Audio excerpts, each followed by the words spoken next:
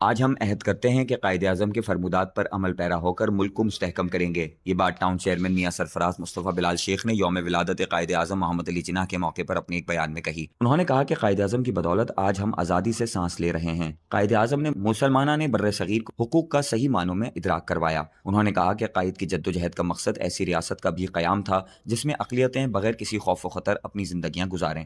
مصطفیٰ بلال شیخ نے کہا کہ قائد اعظم کی زندگی اصول پسندی، آئینی جدوجہد کا عملی نمونہ تھی۔ قوم کو آج قائد اعظم کے اصولوں پر عمل پیرا ہونے کی ضرورت ہے۔ پاکستان اس وقت ایک مشکل دور سے گزر رہا ہے۔ ہمیں آج قائد کے اصولوں پر چلنے کی زیادہ ضرورت ہے۔ والدین اور اساتذہ نسل نو کو قائد اعظم اور تحریک پاکستان کے دیگر قائدین کی زندگیوں کے بارے میں آگاہی فراہم کریں۔ بانی پاکستان قائد اعظم محمد علی جناح کے یوم ولادت کے موقع پر بیان میں کہا، پیپلز پارٹی قائد اعظم کے فلسفے کی روح کے مطابق ملک کو جمہوری اور فلاحی ریاست بنانے پر ثابت قدم ہے۔ پیپلز پارٹی قائد اعظم کے بنائے ہوئے ملک میں اظہار رائے کی آزادی، سیاسی اور مذہبی آزادی کا دفاع کرتی رہے گی۔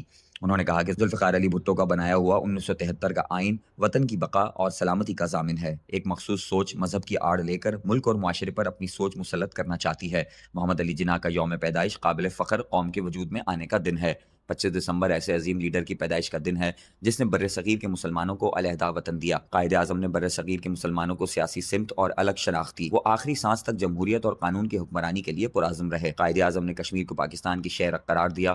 ہمیں مقبوضہ کشمیر میں بھارتی مظالم کے شکار کشمیریوں کو نہیں بھولنا چاہیے۔ وطن عزیز کو درپیش چیلنجز سے نمٹنے کے لیے ضروری ہے کہ ہم اپنی صفوں میں مکمل اتحاد برقرار رکھیں۔ مصطفیٰ بلال نے مزید کہا کہ بابائے قوم کے ذریعہ اصولوں کو اپنا نصب العین سمجھتے ہوئے ان پر عمل پیرا ہوں۔ قائد اعظم محمد علی جناح کے ذریعہ اصول اتحاد، تنظیم اور یقین محکم پاکستان کو ایک مستحکم ریاست بنانے کی بنیاد فراہم کرتے ہیں۔